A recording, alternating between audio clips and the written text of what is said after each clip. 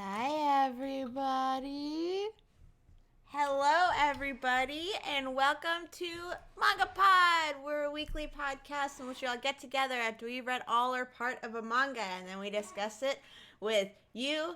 Love lots of spoilers. I messed it up, and I can't remember how it goes. I do this all the time. What's It's my friendship. intro? It's friendship. It's Nakama. All right. Nakama. We're like fairy tale, but like with manga and a fair amount of cursing and sometimes really inappropriate content. Welcome to MangaPod. That should be our intro from now on. What you just said, Lou. What we'll do is we'll just go back through the pod. We'll cut that because there's no fucking way I'm gonna remember it. We'll just like have a separate layer dedicated to like the intro.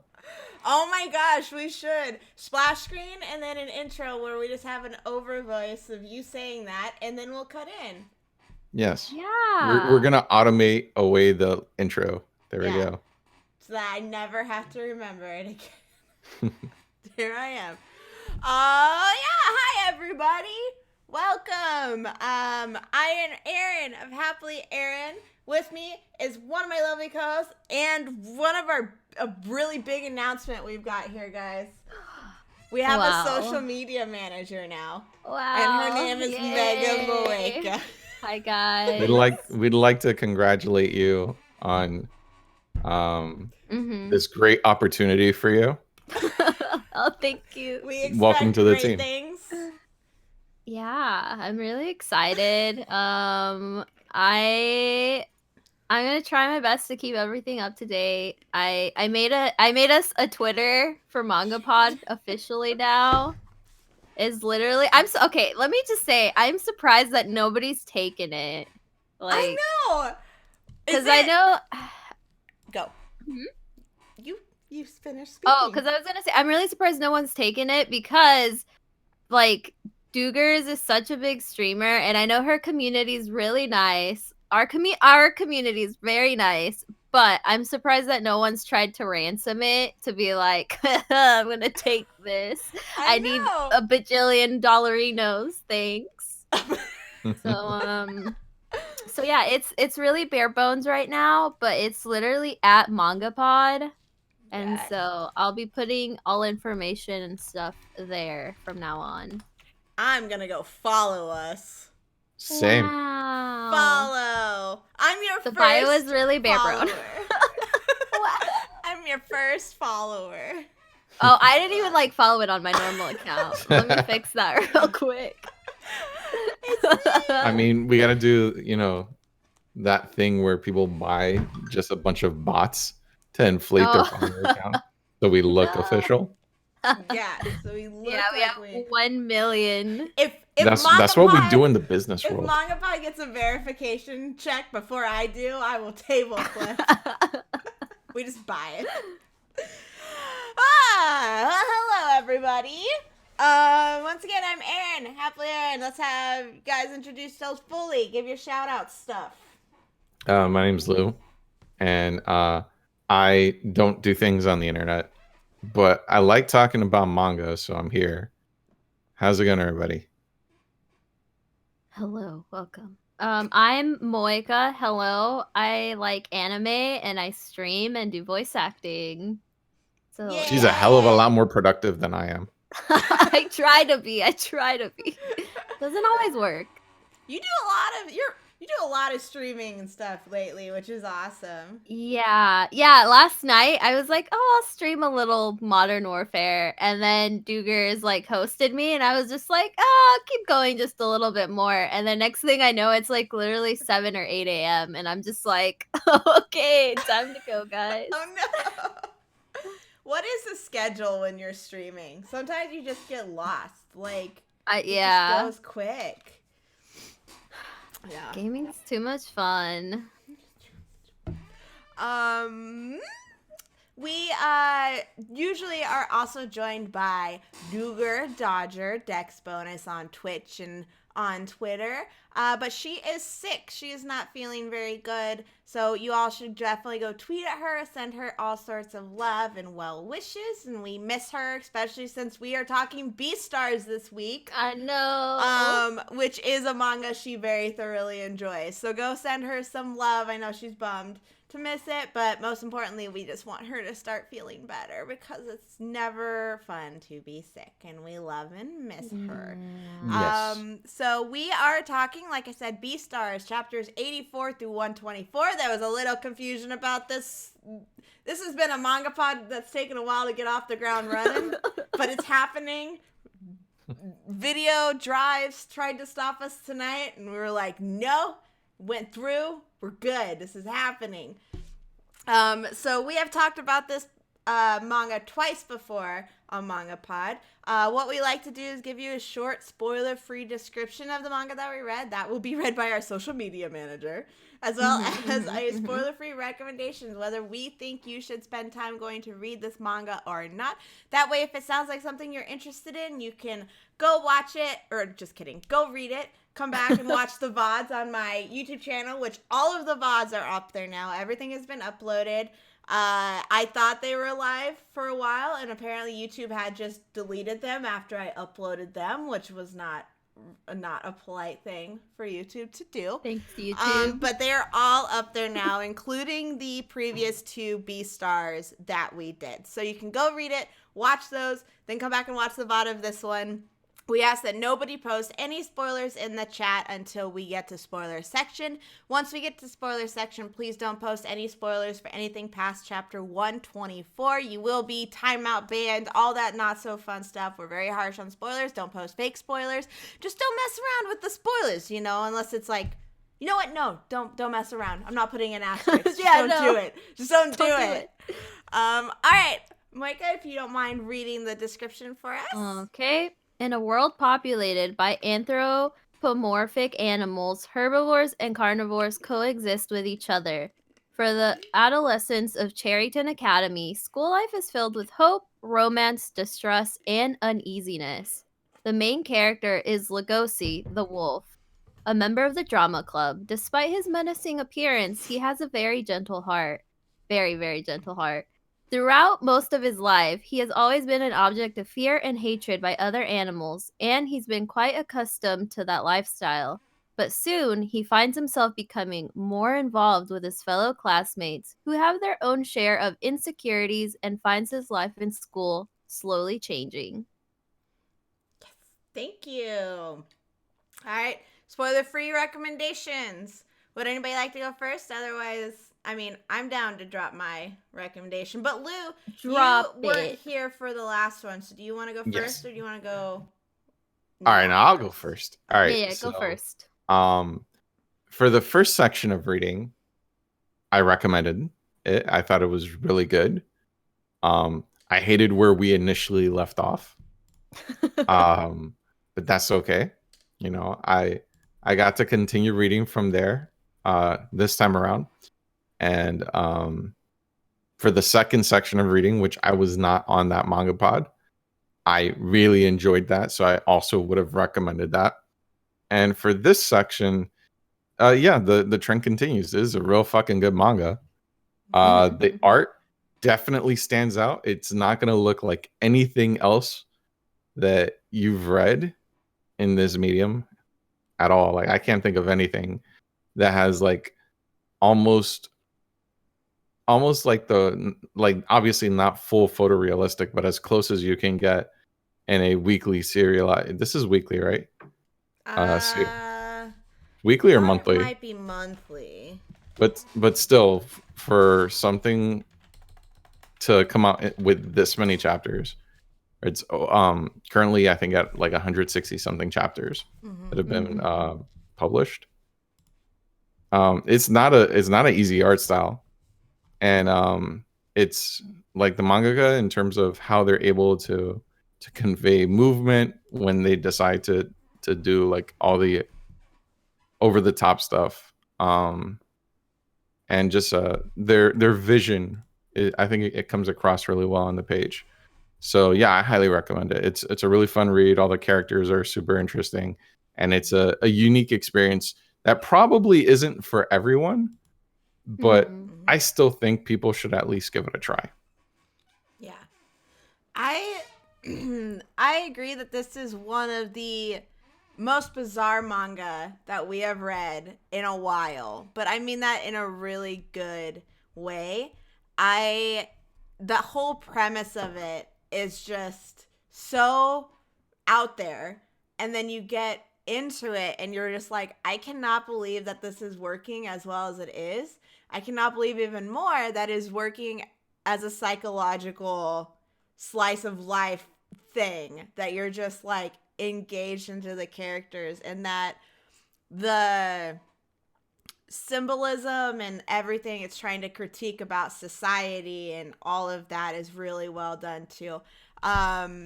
And so I think it is one that people might look over as being a little too weird, the premise for them. But it is one that's going to surprise you, and it's one that I think most people who are interested in good storytelling would like to check out. And like Lou said, the art is something completely different on a different level. Sometimes it seems it's like the watercolor of it. It's like watercolor in black and white at sometimes, and then it gets to these fights and like hard-hitting panels that are just so clean and crisp and dynamic. So yeah, Beastars is top. It's pushing its way to the top list, like into my favorite, like top 10, 15 manga. Like it's pushing its way up there. I think it's the world that's been developed is interesting. The foreshadowing about all sorts of things that I can't get into, but I think it's real good. And I've enjoyed every single reading that we've done and never sat there being like, I wish I wasn't reading this before. So I recommend it. I recommended it. Recommend it. Yeah, I'm gonna add on that. Yeah, I agree. I definitely recommend this. Please read it. Again, it's like it's what Zootopia wishes it was. Like the art. Yo, can I say I've never seen Zootopia? So like, you haven't? I have not. That movie memorized because it was Kaylee's favorite movie for like the entire run. It was on Netflix. She watched it every single day. And I was like I have the license plate number. I have that memorized. Oh my god! Now I kind of want to watch it with Beastars as like my context going into it. Okay, I'm sorry, Moeka. I didn't mean to cut you off. I just wanted to get that out there. Yeah, no, I think like societally, Beastars just does everything much better. I think if you're like, oh, babies first, sure, go with Zootopia, but Beastars is just like all around a lot better, like with everything it handles. But okay, yeah, I definitely recommend it. The art is like my favorite in this. It's just like it's so inventive. It like again, it's like watercolory. I'm super amazed at the fact that there's like so far there hasn't been any humans. So I'm really interested in seeing if that continues. And it's just, I mean, when's the last time that you read read or saw a series with just like animals? It's just it's such a like weird like thing to think about. Yeah. So I definitely recommend it, especially if you're into like drama with a little bit of like psychology elements, and then just if you like seeing really good world building. Also, apparently this is a weekly manga. Oh, is it weekly? Which apparently it's That's a weekly. wild. So I'm just like, huh. The mangaka is incredibly talented. Insane. It's insanely talented. Yeah. I wonder if it's got a set, because it started in 2016. Yeah, I think that's when she debuted. Yeah, 2016. Yeah. And just the consistency it's had in its storyline, it feels so thought out. And that's not like a spoiler. Just so you guys know, the storyline feels very thought out. If you want to go into a manga that's weekly still going on, just know up to chapter 124, it still feels good. So, Let's go ahead and jump into spoiler section, unless you guys have any other spoiler-free thing you would like to add No, on. I'm ready. Let's Let's go. do this. Okay, let's go to spoiler section. 5, 4, 3, 2, 1. Lugosi is God, Lugosi or is- maybe it's Lewis, Louis- or probably Jaffa is I God. was gonna say because Jaffa. He No, is the Jaffa. Beastar. Oh Yeah. my gosh, Jaffa. Fucking, Okay. I'm gonna fertilize my carrots with the Dude, bones of my I enemies. was so He's so fucking that. Okay. he's so hardcore. I was like expecting him to do something with Lugosi because he he's the son or he's the grandson of my friend who betrayed me and left me all alone, la da da. And then just have like the subtlety of the carrot come in and just be like that whole idea of, oh, it makes sense. He's rich. He's got carrots. You don't think at all that, oh, he uses the carnivores that he punishes as the fertilized, and then you just see the bone like skull of a carnivore in this soil, and you're just like, oh shit, this guy doesn't mess around. He don't mess He don't mess around. It But just neither gave him does this- Lugosi, because what does he do? He rips out his Yeah. fucking teeth. I'm my boy, my sweet boy. Stop. Oh my! I will say though God. that this, like, all of the dialogue after he ripped out his teeth until he got his dentures was fucking insufferable.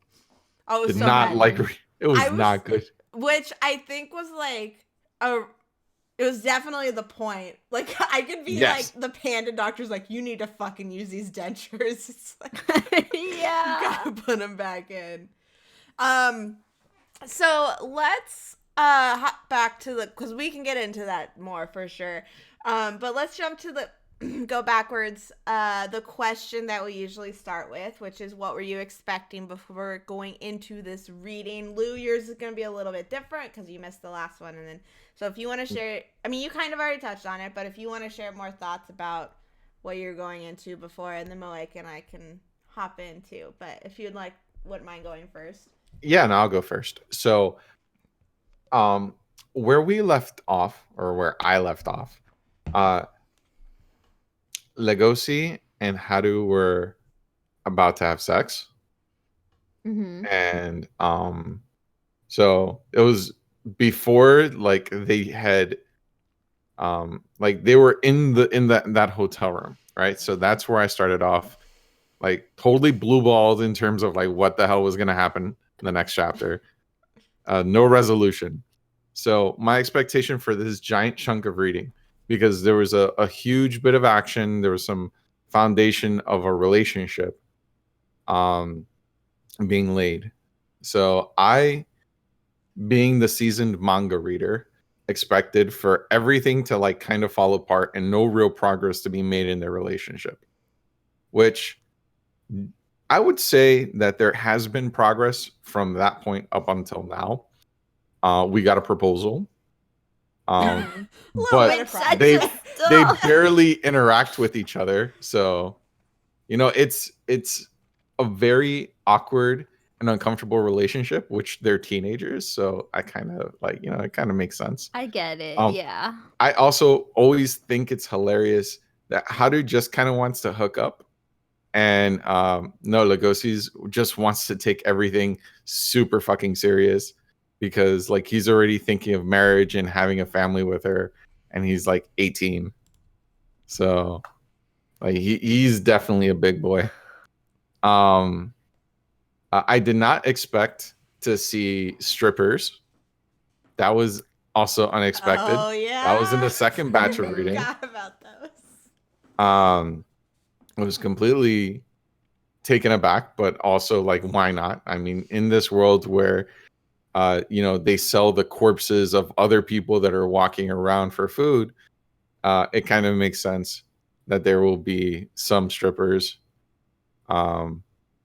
The scene with it where the stripper is hooking up with, I don't remember what it was, if it was a bear or a lion or something, and he assaults her and Lewis steps in. I thought that was really cool.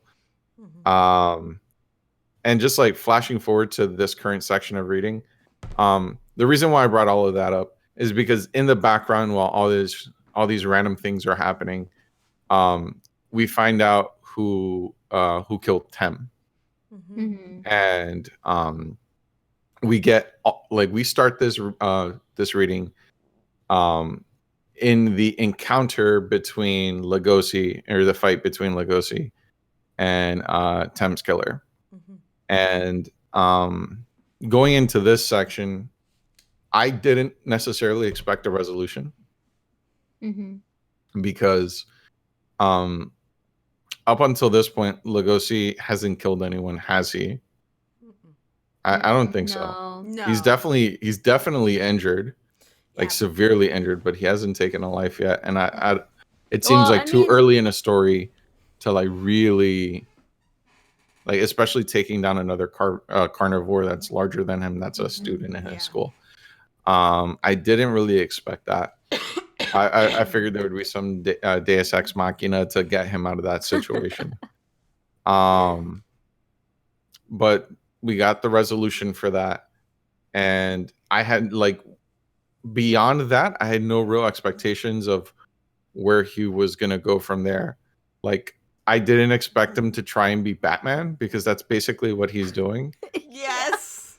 You know, he wants to be a vigilante, and I don't know. Like, it's kind of taken this term where it's like laying the foundation for a bunch of different ideas to be explored going forward. So I would say that this section of reading, I think it's foundational, and I kind of wish I wouldn't have done this section of reading either, so I could get like the whole thing, because probably in the next 4 volumes is where we get a lot of like the major story beats starting to like really hit. Yeah. I technically, Lugosi has taken a life, but it was the life of a bug.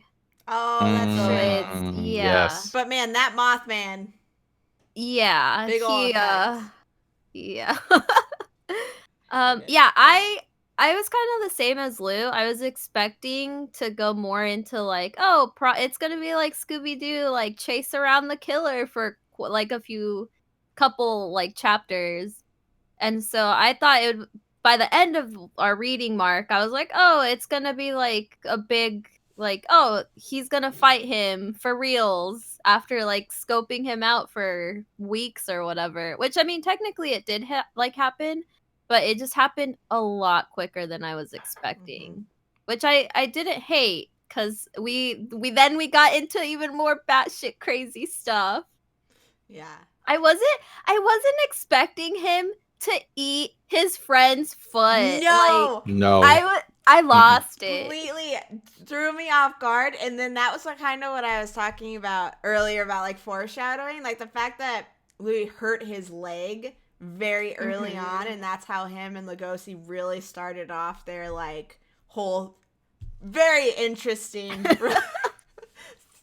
know what it's very gray relationship that they've got going on, which it's a hardcore bromance. Let's not call it ourselves. bromance. It is. They're so good together. If you like the bromance between the two, the anime, like, it feels a little more bromancy, which I don't hate. Oh my gosh, I love it. Oh, I love it. Like, but yeah, I was the same as you guys going into this reading. I was shocked that we found out who the killer was so early, because it seems like the whole thing is gonna be this like cat and mouse chase. Like, gotta dig real deep in order to find it. And then it's like, oh, it was literally that simple. It was Tem's friend. Like, it was so simple. Yeah. There it is. And then after that happened, like, they ended up fighting on New Year's Eve. They're like their big fight. I was like, where is it gonna go? Where can it go from here? And it's like, oh, we're gonna move out of the high school setting and into an adult setting, which just opens up so many more opportunities. And it's like, not only is he no longer in the confines of school and that mystery, like, he's now like a predator and he's been marked, and so he has all these limitations about what he can do. And so it's just like you guys are saying, it's so many more ways that we're going to be able to explore the world. Like, because it's like, who says he has to stay in the city where he's at? Like, how is it going to expand, and what all does that mean? So I wasn't expecting at all for him to leave the school. I was expecting more time in the school. I wasn't expecting Louis to be so quickly out of the mafia. I thought that was going to go on a lot longer than it did. But yeah, I didn't expect such a big time going from one place. And then I guess it adds to the idea that this is Lugosi's like coming of age story. Like, it's literally us watching him grow up, and for his world, that means going, like, learning what it means to be a carnivore when he has a fetish for herbivores. Yeah. He's a pervert. The perverted wolf. Louis being like, "You're just now figuring that out, you dummy." It's like, it's okay, because you understand your fetish. Aww. Like, that was a twist. Like, the whole fetish thing. Like, yeah. it makes sense, but I wasn't expecting those words. Yeah, I was not expecting that. Also, Louis and my girl, like, part of me was like, if this ended up happening between him and Juno, then it would be really cool to, like, see it happen, because it's the opposite, because it's this herbivore who's, like, never, like, he so far the only person he's shown interest is in another herbivore, but it's not super serious. So to see a carnivore who's, like, never thought of being with an herbivore, like, that dynamic is just so cool and interesting. I think it will be if they, like, go further with it. And so for him to be like, whoa, is this how Lugosi feels about Haru? I'm kind of, interesting. I'm in. The little smoochy smooch. I love how, like, how he got so flustered afterwards once he left. I was like, Louis is so, like, he's become such a fluff ball. Yes. Who he was at the beginning, which was just, like, this hard-ass, intense deer. And then now, since he, like, Lugosi is just affecting him. Like, he's just tearing down Louis' walls in ways that I absolutely adore in a character dynamic. Yeah, which I guess it kind of shows you more of the type of character or person that Lugosi is, just because it's like, yeah, everyone at the start is, like, so afraid of him, and then, like, slowly he's shown that he's not like a bloodthirsty killer, and he just wants to be friends. Yeah. Get with a rabbit. Okay, Lou was talking about how the progress with their relationship. I was also surprised that Haru was so, like, not featured that much in this last batch of reading. She was, like, an aside, almost. And so I don't know if it's because we had gotten so much focus on her relationship with Lugosi in those first two batches. And so now it was kind of Lugosi and Louis and their relationship, and then also Lugosi, like, moving on. But, like, we got her, she showed up, like, once or twice in the first, like, 30 chapters that we read. Or how many chapters did we read? Did we read 30? 40. Okay, yeah. Yeah. Because she didn't show up, like, she showed up once when Lugosi was ushering in the sheep, and Haru was like, that two-timer! And then there's, like, 20 chapter gap where we don't hear from her again, and then they have their date, which was real cool. I was like, you guys should just see each other more often, please. What did you guys think about her wanting Lugosi to kiss her in the middle of a dead rabbit shop? I think that it's very spot on for her character, because Haru kind of strikes me as someone that would want to live in the moment and is selfish in the way that she wants the focus to be on her to, like, validate who she is as a person. and like that's like making it so Lugosi like looks only at her and not at the world around her, because ultimately I think that's what Haru interprets as Lugosi's problem, is that he's too busy trying to be proper for her within the context of society, and that's he's focusing on that as opposed to just being with her, which is what she wants. Because notice, like, whenever, and I kind of alluded to this earlier, whenever they have conversations about their relationship, um, it's always Lugosi that tries to make it a lot more serious than it is. Yeah. And that's not what Haru's looking for right now. Haru wants not necessarily something casual, but something where she doesn't have to worry about how they're supposed to fit within a society.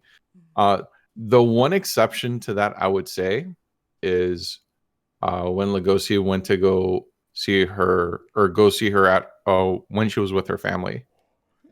Oh, that's right. I Yeah. forgot about that. Where she, in that specific instance, did care about, the perception of what is the relationship between her and Lugosi. But I think that was like the only instance where she really demonstrated any interest of how others would perceive their relationship. Yeah, I thought it was really interesting getting to see Haru's like home life, just because you got to see that she had like, as expected, because they're rabbits, that she has a lot of siblings. I really liked seeing how her parents are actually like they seem to be like super conservative, in the sense that it was like I think it was the dad who was like, "Oh, are you talking to another bunny? I hope he has white fur just like us." And it was just like, oh, it's so funny that Haru's like messing around with all these other species while her family's like, "Oh, our good girl Haru." Yeah. I hope, because at some point this shit is gonna get dubbed. Yeah. I hope, like, all right, have you guys seen the Dragon Ball Super dub? A little bit. All right, all right, in the spoilers for Dragon Ball Super. Spoiler finger. Spoiler finger for Dragon Ball Super. In Dragon Ball Super, there is a villain, Goku Black, and when early in that arc, Goku goes into the universe where Goku Black is from, and in the dub they say, "Hold your fire!" Like they're shooting at him, and they say, "Hold your fire! That man isn't black." Yeah. So, okay, I I'm was hoping- wondering if that was the part. So now, done with spoilers. For this dub, I would imagine that the voice actor, whoever voices the dad, if it ever gets to this point, is gonna say, "Well, he better be white" or something like that. Oh, 100%. 100%. That would be so funny. Because it's so, like, I mean, like, the whole thing is such a analogy for, like, so many things, like, that are happening in society right now. And, like, and I just love how, like, Zootopia, it's the same idea of how it's presented. It's tackling those subjects. And so we have the whole interspecies relationships. It's interspecies erotica. Yeah. But I think that in the anime itself, when things get subtitled, I don't see that type of line coming up. I would imagine that it would stay more in line with the actual story, or with the actual manga.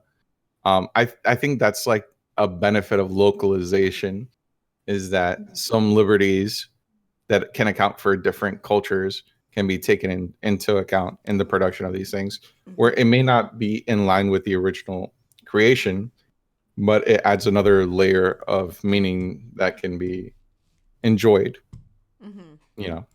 Maybe, hopefully by the audience. Let's talk about, since we're talking about interspecies, what did you guys think about Lugosi's heritage? Because I'm pretty sure, I mean, correct me if I'm wrong, but I couldn't remember in the first 2 batches of reading where we found out that he was part Komodo dragon. I feel like that was revealed in this section. Yeah, I think in the first 2 sections, it had been kind of hinting that he wasn't just fully wolf. Yeah. And so, yeah, this part, it was when it was revealed, oh, he's actually part Komodo dragon and wolf. Mm-hmm. Yeah. So I was like wondering, because they've been like alleging, like hinting at it. I was wondering what he was going to end up being. And so I was not expecting a Komodo dragon No, of no, all. I was not of either. all. And then not only to have a Komodo dragon, like his grandpa, be alive, which is very refreshing. Yeah. But to have, like, is setting off, like, the next arc of the whole storyline. Like, he himself is a big piece of what's setting off the next piece with handsome horseman. What's his name? Yafa. Yeah, Yafa. Dude, Yafa. the first, like, BoJack Yafa. Horseman. Yeah, Oh my BoJack, God. man. When the first, like, full panel of him showed up when he had his hair back, I was like, oh no. What? Oh no, he's handsome. I was like, no. Yeah, when they showed Lugosi's mom, I was just like, wow, she's hot. She's so cute. Like, Yes. I can see why this guy fell in love with her. Yes. And so, yeah, what did you guys think about Lugosi being part Komodo dragon, but also just his grandpa in general? Because his grandpa is His kind of grandpa is a badass. fucking badass. Yeah, I love his super grandpa. badass. Mm-hmm. Like, I wasn't. Sorry, No. no, you go on. no, you can go ahead. I've been talking a lot this time around. I was just gonna say I wasn't expecting like, because his name is Gosha, so I Mhm. wasn't expecting for Gosha to like, because yeah, he was like super badass, and I just wasn't expecting him to also have like these like huge parallels to Lugosi, where it's like, oh, he's kind of like bullied because he's seen as this huge like dangerous creature, but the reality is that he's super like kind-hearted, and so he doesn't want to fight, but he will if you fuck with him. So don't fuck with him. Yeah. I also wasn't expecting the whole like duo between Yafia and Gosha. And it was like, it blew my mind when he was just like, oh, I can't completely see 360. And so I was just like, why does that matter? And then it clicked when they were like, oh, he literally has a blind spot, and having a partner like fix that. So no wonder he's super pissed like about him not continuing on to be part like a Beastar or whatever. Yeah. Oh, it's just so smart. I love it. Yeah. So I liked Gosha a lot. Specifically the reveal for him being a badass. So there's a whole buildup of him like coming off as kind of like timid and kind of being taken aback at how comfortable Lugosi was around herbivores, and the whole reveal of him just beating the shit out of that group of birds was super amusing to me. And I think it kind of laid an interesting dynamic for what we can expect Lugosi to be, because I don't see them as being identical in terms of like their philosophy later on. I don't think the mangaka would say, all right, well, this is who Lugosi, like kind of like foreshadowing who Lugosi will ultimately end up being, because Lugosi does feel comfortable and admires herbivores and wants to fight to protect them, unlike his grandfather, which decided to just fight for his family. So I think there are differences in ideology, but in terms of their personalities, I think you can get a lot of why Lugosi is able to overcome his instincts as much as he has in this reading. Yeah. Yeah, I thought it was really funny too, the way that like Gosha introduced himself again to Lugosi by like putting his blood through on his mouth. Like I was Yeah. just like, what the heck? He's like, okay, so we're doing this. Okay, you didn't die, so you are my grandson. Yeah. Okay. I thought it was interesting because when you see parents in anime or manga, you're like, usually if they're gonna be like, oh yeah, he is his father's son or whatever, it's so blatantly obvious that they look exactly alike, they talk exactly alike. Like, it's just this idea of, oh, if they are, like, they're twins, basically. So what I liked about Gosha was that they don't look exactly alike, because Lugosi is mostly wolf, and Gosha, right?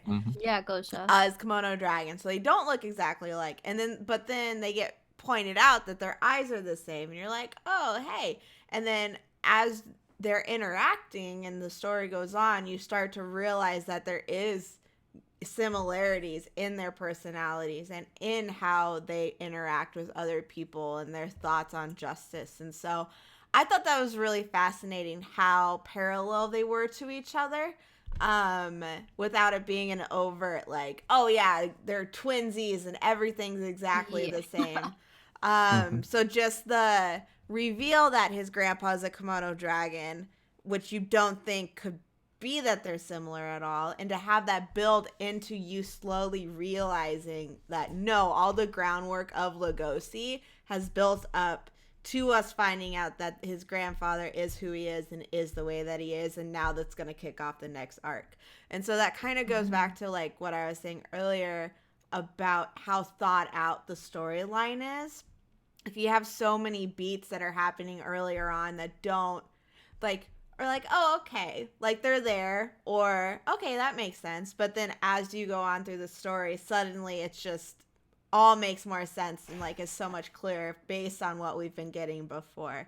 So I just think this is just such a well written manga in that sense. That, yeah, I just think it's really well written. Yeah, no, I definitely agree. It's really well thought out, and it was just like it made sense that Lugosi's like grandfather was going to be introduced at some point, because like Jack had been like, hey, you should like call your grandpa and like you should talk to him.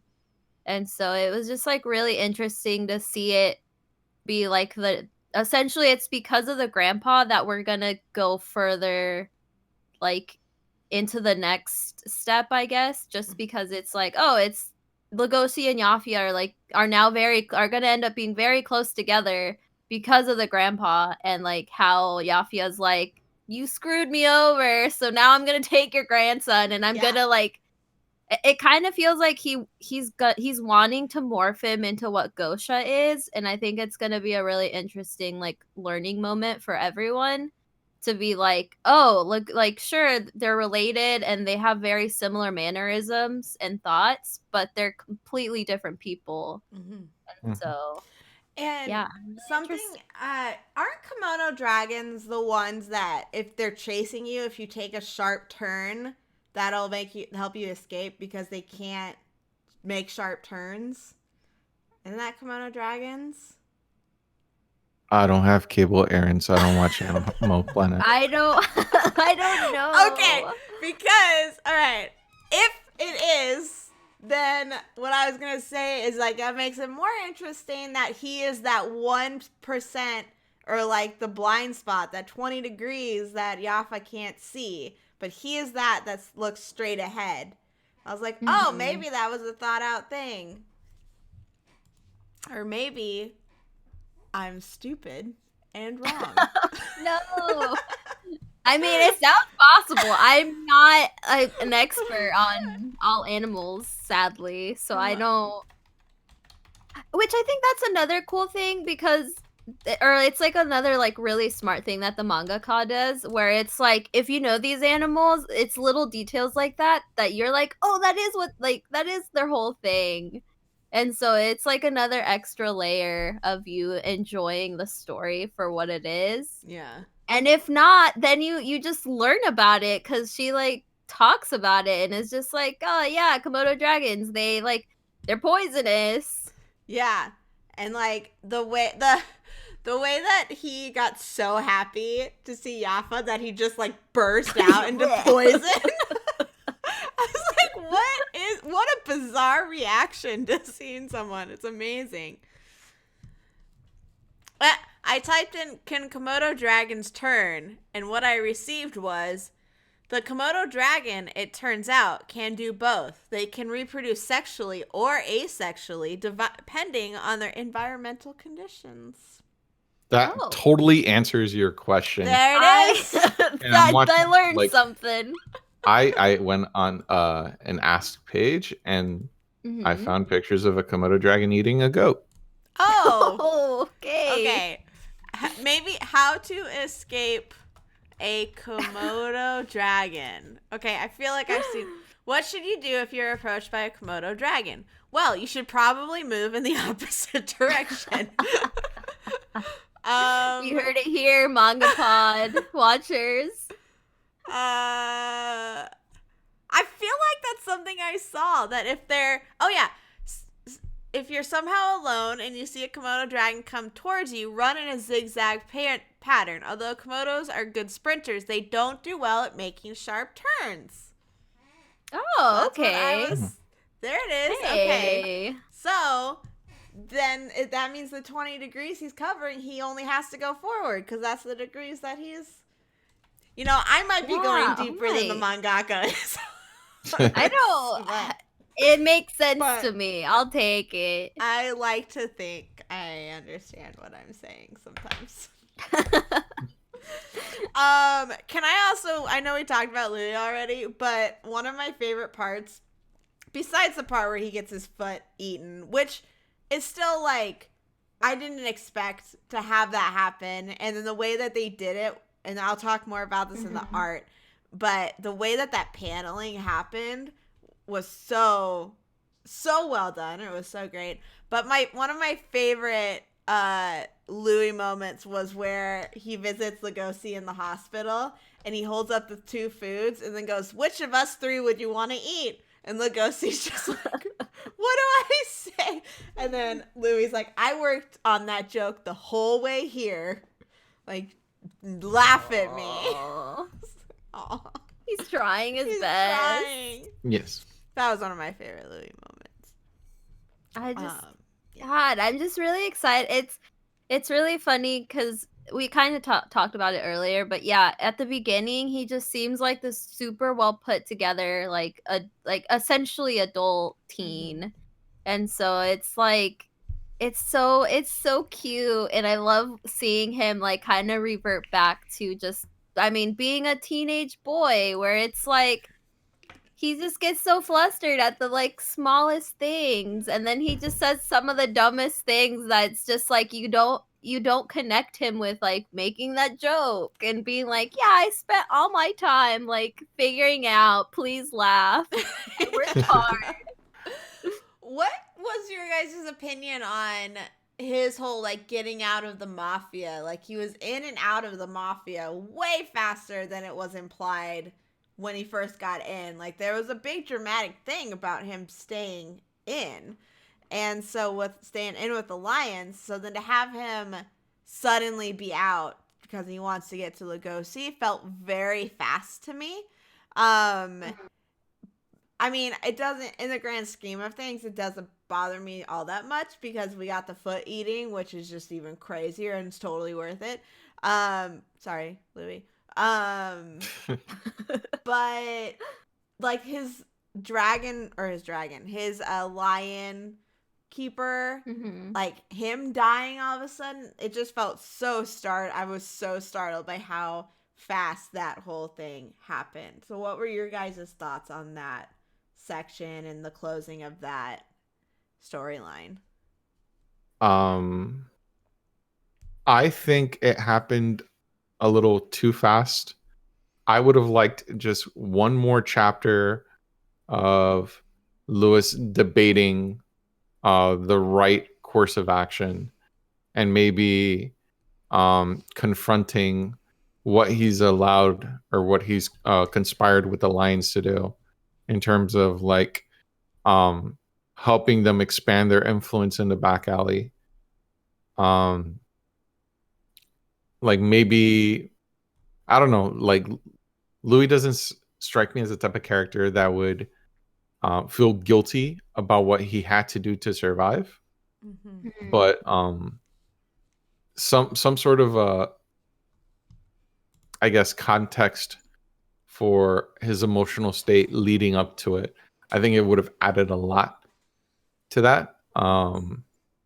In terms of like its overall impact across the entire story, um, yeah, I definitely feel like it happened fast, but I also feel like this is the one time in the story where they were gonna have an exit for him, Yeah.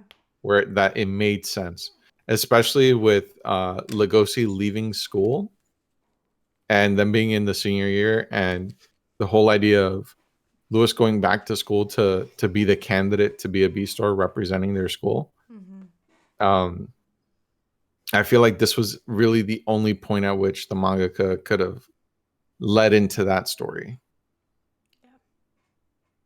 So yeah, Yeah, that's what I thought. Mm-hmm.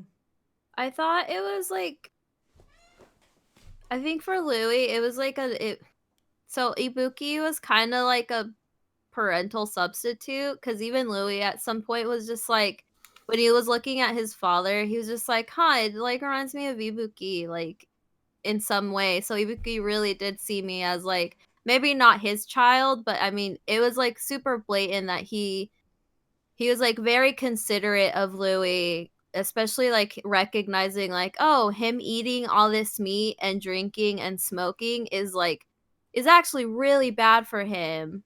May like, even if he can't do it like openly, I like I'll allow him to eat like veggies like in private. Mm-hmm. And so I thought it was like, yeah, and it was just like it's like so sweet when you think about it, because it was like when that dude was getting castrated, it was just like, Yeah. oh, like don't look at it. Like I know that you're wanting to be a badass boss leader, but like you don't have to see this. Like there's nothing in it for you.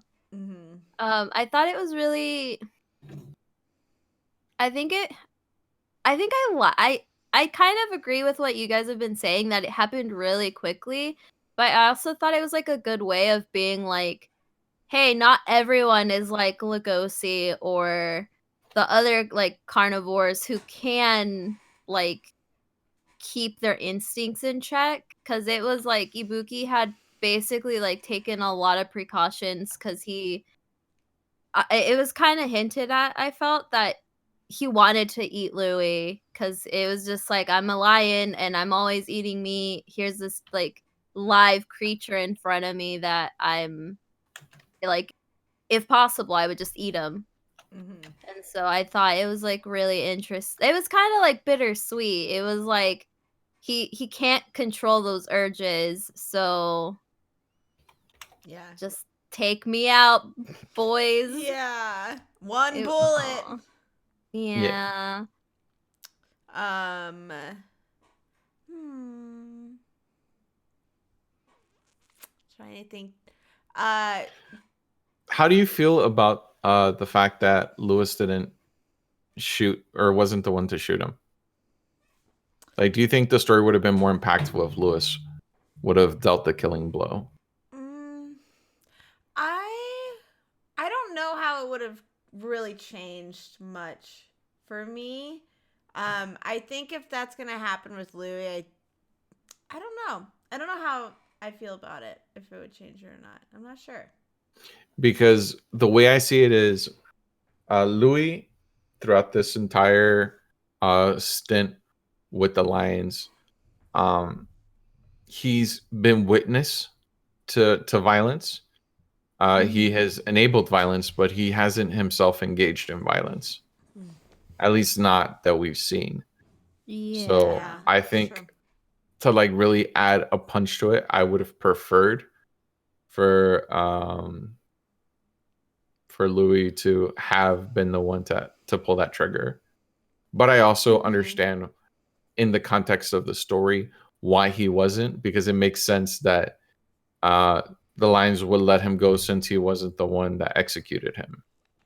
Yeah. Yeah. So I think I don't mind that Louis wasn't the one that dealt the killing blow, because again it just goes into the precautions that Ibuki put in place, where it was like I'm sure that he kind of expected him to at some point be like, oh, I like, because yeah, even he had like with Lugosi had been like, this guy's bad news for us, because it's very telling that he means something to the boss and he's willing to make the time and effort to talk to this guy who's not a part of our club. Mm-hmm. And so I think part of him kind of expected him to want to leave, and so it just again, it's just like super bittersweet that they had to go like this. And so I think it was just him being like conscious of like, oh, if the boss like is going to leave, he's probably not going to be able to kill me, which means I'll just eat him. Yeah. So I might as well just be safe and be like, hey, if you see me run off with the boss alone, just kill me, because I'm probably going to eat him. Yeah. Yep. And it is an interesting thing with, like, because at the very beginning with the characters with Lugosi and Louis, you're like, Lugosi is the wolf, but he's timid. And Louis is the herbivore, and he's super, like, cunning and intense and seems to, like, have this overpowering nature to him. So that it gets to this point where Louis hasn't really caused any violence or done anything, and Lugosi has. It's kind of bait and switch with those two, because Louis had so much opportunity to when he was the boss of a lion gang. And so I think that's like an interesting thing to think about with those two. What are your guys' thoughts on Yaffa, other than his fertilization of carrots with the bones of his enemies? I just wasn't expecting him to be so hardcore about everything. So I'm really interested in seeing like the direction that he goes to, because it's just like, well, is Lugosi gonna team up with him, and then they're gonna be the duo that Yafia wanted to be with Gosha, or is he gonna die and Lugosi's gonna end up like taking a spot? Like I just don't know. Mm-hmm. He's just so. If Louis is gonna become the Beastar, too, like what's gonna happen there? Isn't he gonna be nominated for like the Beastar or whatever it is? Yeah, which I guess makes me wonder if there's like more than one at a time. Yeah, I think Yaffa specifically is like the main one, like the most important Beastar. Yeah. Okay. Because they kind of make mention of Beastars being elected or nominated every year. Mm-hmm. Yeah, which I thought was. Sorry, I thought it was really interesting too that he's like out of, like, he's like in the limelight. I wasn't expecting him to be that, because I was just like, he's just so like, so hardcore. Everyone seems to like love him. He's like out there protecting the world. It's just he's so likable. So I was really surprised that it was like, oh no, I don't want to be like in front of cameras. Like I'm just gonna quietly handle my thing. Mm-hmm. Yeah. Makes him an interesting antagonist right now. So the last chapter we got with him was like his whole fighting against the leopard, half goat, or what is it? Yeah, it was like, I think it was like leopard, and then fuck, I think it was I don't something know. with antlers. Yeah. Oh, which me. I just wasn't that okay. That also, like, I was just like, what the fuck is happening? Yeah. And so it makes sense that there are other characters in the world that are half and half. Half gazelle. Thank you, Sukibun. Okay. Sukibun. Thank you. Yeah. Yeah, that it makes sense that there are other animals because even though, like as Dodger's panel shows, their size is not an issue apparently when it comes to different species. But I think they were saying that it's rare for a child to be born.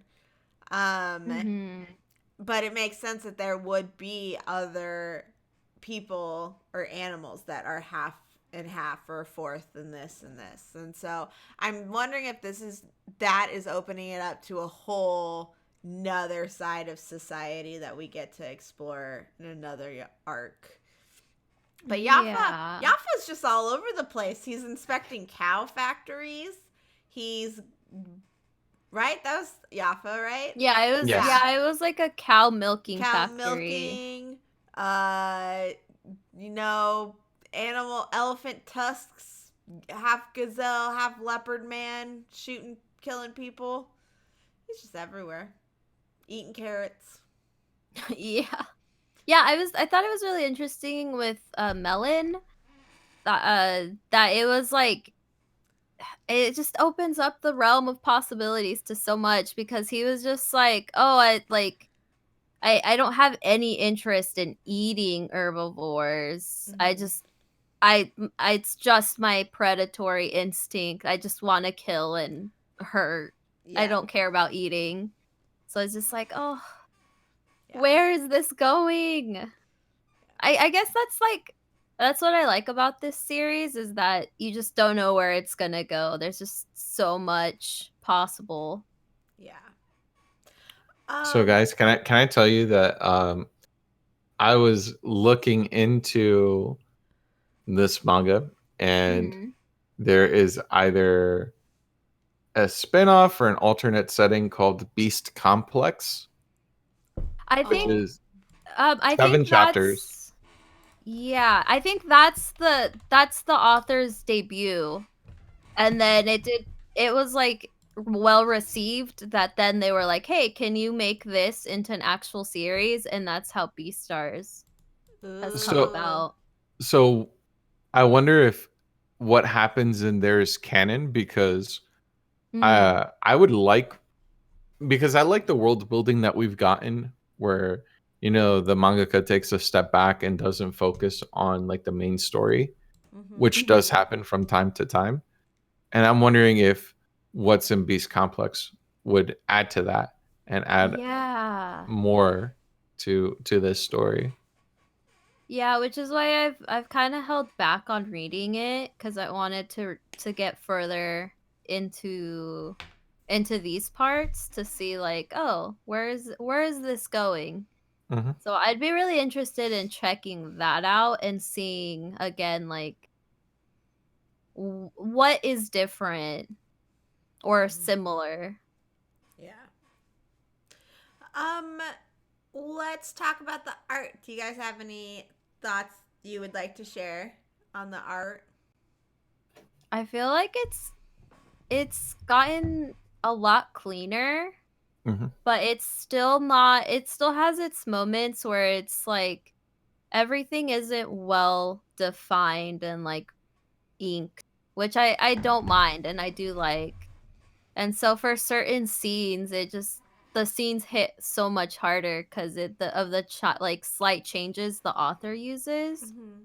And so, yeah, I feel like she's gotten a lot better at also utilizing screen tones. Yeah, that's what because we've kind of gotten away from that like watercolory style that we had at the start, which kind of again is just like, oh, I wonder if it's like to symbolize like, oh, like high school, it's everything so like dreamy and there's so many like hopes and aspirations for a lot of people, and so like that like soft watercolor style kind of goes with that dream sequency vibe. And now it's like, welcome to the real world. Everything isn't like all watercolor. Mm-hmm. Yep, Yeah. that makes sense. I mean, I agree in terms of like the overall quality of the art has improved. I think a lot of it has to do with how the mangaka is choosing to lay out his panels. I feel Mhm. like there are less panels on a page, so the mangaka has more rooms to define things a bit more, which is, I mean, even in the earlier chapters of the manga, the mangaka showed clear artistic talent. Mm-hmm. Mhm. Like when Louis was initially shown as Adler the Reaper in his costume, that one panel told me that this mangaka can draw really well if they have room to work. So I feel Mhm. like that's something that I've noticed more in the later chapters where where they're trying to fit less or less on the page, Yeah. which is giving the manga more room to breathe. So like it's easier to appreciate the art. Um Mhm. that said, I really don't I don't have any significant critiques about the manga where it is with its art. It's consistent. Mm-hmm. Um Mhm. and in terms of like when action is drawn, like it's it looks like it would translate very well to animation. So like all the fight choreography, I'm gonna imagine that it's gonna look good animated. But um I'll jump in to say that basically they've gotten to the part for the Adler scene and it was really well done. Like I had like just shivers going down my spine at Ooh. how good it was. hell So yeah. I think yeah, because I think I remember when we first started reading it, I was worried how it would translate into an anime adaptation because of the like soft watercolor style. Mm-hmm. But Mhm. now, like catching up a bit more, I'm not. My worries are like they're gone. I have complete faith in the studio being able to like make a good adaptation. It's Oh, the awesome. same studio that did Land of the Lustrous, right? Yeah. Mm-hmm. All right, Awesome. they do good work. Yeah. Yeah, I agree with you guys about the art. Um Nothing like to critique. I think that with the opportunity to have fight scenes, we got to see a lot about what the mangaka is capable of. And I really love that her fight scenes aren't extensive. They're not super long. They don't span chapters and chapters. They're very quick, but every single move is so important. And she really shows that through the art and the angles, perspective. She really likes the like full from the floor up angle, Yeah. which is totally fine with me because that's one of my favorite angles to look at, and it just gives like such a.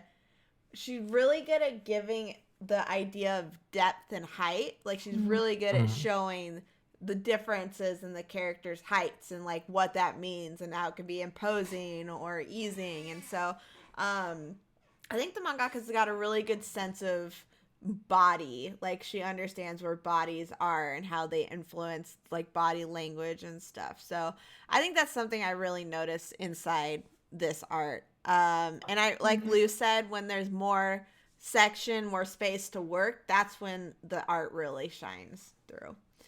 Um, Mhm. and I love the fact that Lugosi has a permanent scar. I love that. Mhm. I was like, yes, Yeah. Our boy give is growing characters up. scars. Yes, don't let it go away. I love it. Yeah. Do you guys have anything else you'd like to touch on? Otherwise, we can do final thoughts and ratings. Nah, I'm good. I just want to talk about Jack and the gang and just how wholesome they are. And again, it was like it was so like it was like one of those moments where it goes away from the main story that's Mm-hmm. happening to just do like some small world building and being like, hey, even though Lugosi's off being like a branded criminal, what was it they called it? Oh, I can't remember. Something predator, like Yeah, it was like it was basically he's like a sexual predator. Can't be with what he wants. But essentially, it was just like, oh yeah, like, even though he's like quote unquote like a criminal, like here are all his friends who like believe in him, love him. Also, like here's like this. I forgot what it was called. It was like Beast Luck or something. It was like a gym where they go to release their instincts. For some reason I have like Lucky Strike in the back of my mind, but I know it's not that. But yeah, I thought it was cool getting to see like, oh, like yeah, obviously not everyone can keep their like instincts in check. Here's this alternative to like come let loose. Yeah. And then they're like in that batting cage. Oh my god. Yeah. Yeah. That was so funny. Oh. I lost it when the lady like spilled her groceries and it was like an orange, I think, that went down the stairs and they were just like, "Oh no, don't worry, ma'am, we're on it." And she's like, okay, okay, okay, amazing. I'm trying to think of a number score. I think between an 8 and an 8.5. Though I don't really know what critiques I have. I thoroughly enjoyed this whole section. I loved the fight scenes. I loved the emotional beats and the foreshadowing and the character growths and where Lugosi is. I liked the turn from high school into adult life and what's going on there. So I don't really have a ton of critiques about it. I think the biggest one is that Louis leaving the lion mafia was really quick, but like Lou said earlier, it's really hard to think of where the mangaka could have taken him out of there otherwise, and he had the importance of needing to be at that fight. But yeah, I'm still obsessed with this manga. I think it's a very strong story, and the way that the art is growing, it's strong too, and the characters. It's just such an interesting, different thing that is very solid and has consistently been that way since the first chapter, and we're at 124. So I think it's very high up on my list of manga trying to break that like favorite list. And so, yeah, I think Beastars is solid. So, 8 to a 9, 8.5. We'll settle in there. Cool. I'll go ahead and I'll go next. So having done basically 2 sections worth of reading, this particular section, since it's laying the groundwork for a new arc of the story, I feel like it takes a dip from where it was. The first batch of reading, you have Lugosi going to save Haru from the lions, and then like basically bookending with them on the verge of like having sex. Then you have the second arc or the second batch of reading, which basically finalizes Tem's death, or the explanation of Tem's death, and you find out the killer, and Louis leaves. So we get a conclusion of a story at that point. So the second batch of reading, I would have rated highly. So I think the first batch I gave like a 8.5. Second batch I would have given an 8.5 as well. This third batch, since not a lot has been done in terms of like advancement of the story, we've just gotten that foundation laid. I'm gonna give it like a 7.5 to 8. It's not that it's bad, it's that not a whole lot happened in this one section of reading compared to everything else I had read. So it started like the section, because I did it all at once. So what I started off with went really quickly, and once I got into this section, it really started slowing down because you have a change of setting. You have Lugosi trying to carve out his niche in the adult world. You have the introduction of some of his neighbors. You have those dynamics being developed. You have the introduction of Yafa, and you have the introduction of Lugosi's grandfather. So again, a lot of groundwork being laid. I'm not saying that this section of reading was bad.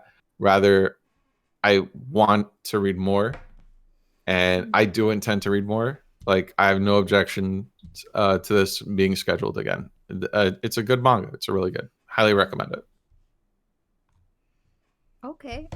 I think I'm gonna be like Aaron, and I'm gonna give it an 8.5 because yeah, it definitely does slow down from the last time we read, and so I personally don't mind it. I'm okay with it because what I got out of like the like groundwork that they're putting down, I really enjoyed it, and I'm so invested that if you guys were like, for whatever reason, you were like, we're not doing Beastars anymore, I would lay down my life.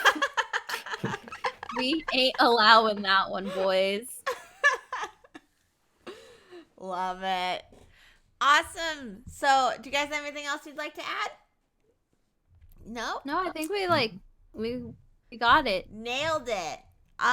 So that wraps up our discussion of Beastars chapters 84 through 124. Now I'm going to read what we are doing next week. And then you guys can guess what it is. Otherwise, we'll just jump in to like let you know real quick.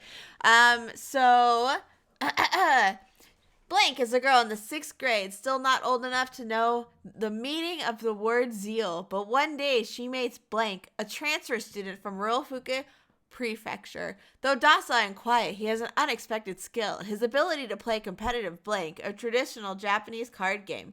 Chiha is struck by his obsession with the game, along with his ability to put out the right card and swipe it away before any of his opponents. However, Blank is transfixed by her as well, all because of her unbelievable natural talent for the game. Don't miss the story of adolescent lives and emotions playing out in the most dramatic of ways.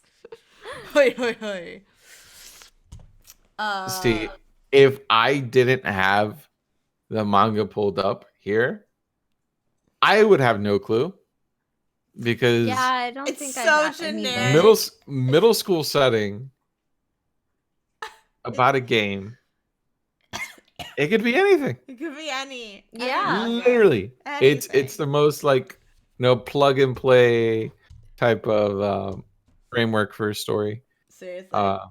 That said, I've heard it. no negatives about this manga. Everyone I know that has interacted with this property or its adaptation, everyone speaks highly of it. So I'm really excited.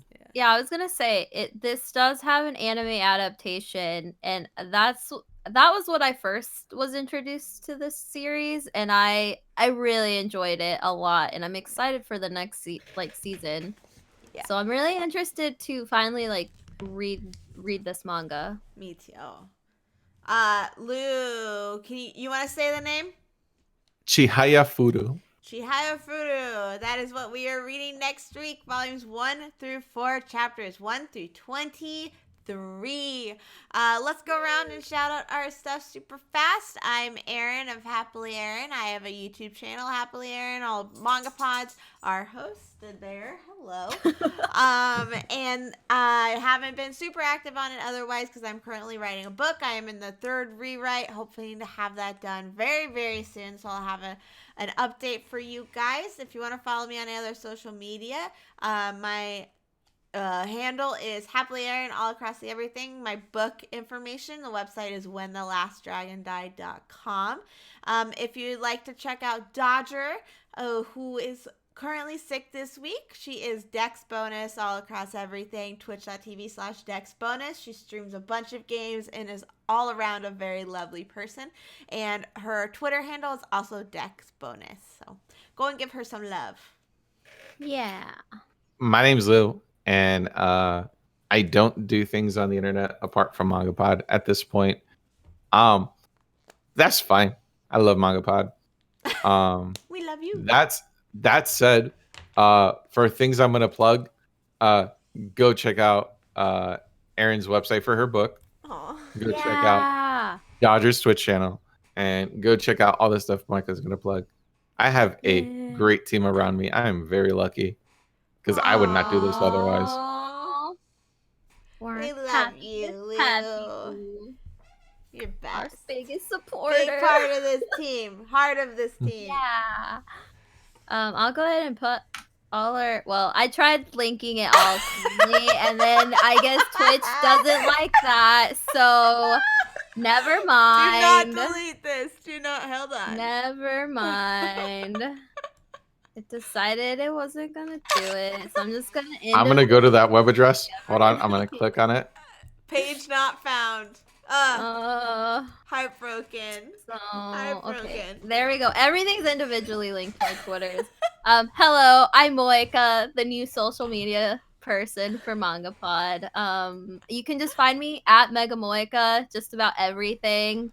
Twitch, Twitter, YouTube, even. I'm slowly getting back into that one. I reviewed Duger's watermelon tea. Oh, it's so good. Yes. But yeah, I am happy to be a part of this. I've enjoyed my time on MangaPod, so thank you for having me, guys. Yes. Welcome to the team. Welcome. Social media Yeah. manager. Social media manager. Social media managing. So yeah, if you use Twitter, if you go to @MangaPod, I will be updating what chapters and any news related things up on there if you're interested in that. Yay! Yeah. And you guys can also check out our subreddit, reddit.com/r/mangapod. We will be making a new recommendation thread there. If there's a manga you would like us to check out for our next schedule, you can go ahead and post it in that. If it's already posted, go ahead and upvote it. And we will be working on our next schedule for January through June of 2020. We are just going to keep the rest of this year's schedule to ourselves. We're not going to make a new post of it since there's only a few weeks left. So we will post the new one in January. Otherwise, thank you guys so much for checking us out. We will be here same time, next place. Whoa, no, not that was wrong. No. We will be here same time, same place next week, 7:30 p.m. on Tuesday, reading Chiafuru volumes 1 through. Did I say it wrong? No. Chihaya Furu. No, you got it. Furu. Volumes Yeah, 1 you're through good. 4, chapters 1 through 23. Yay! We will see you guys next week. Bye. Bye. Bye. Bye. Bye. Bye.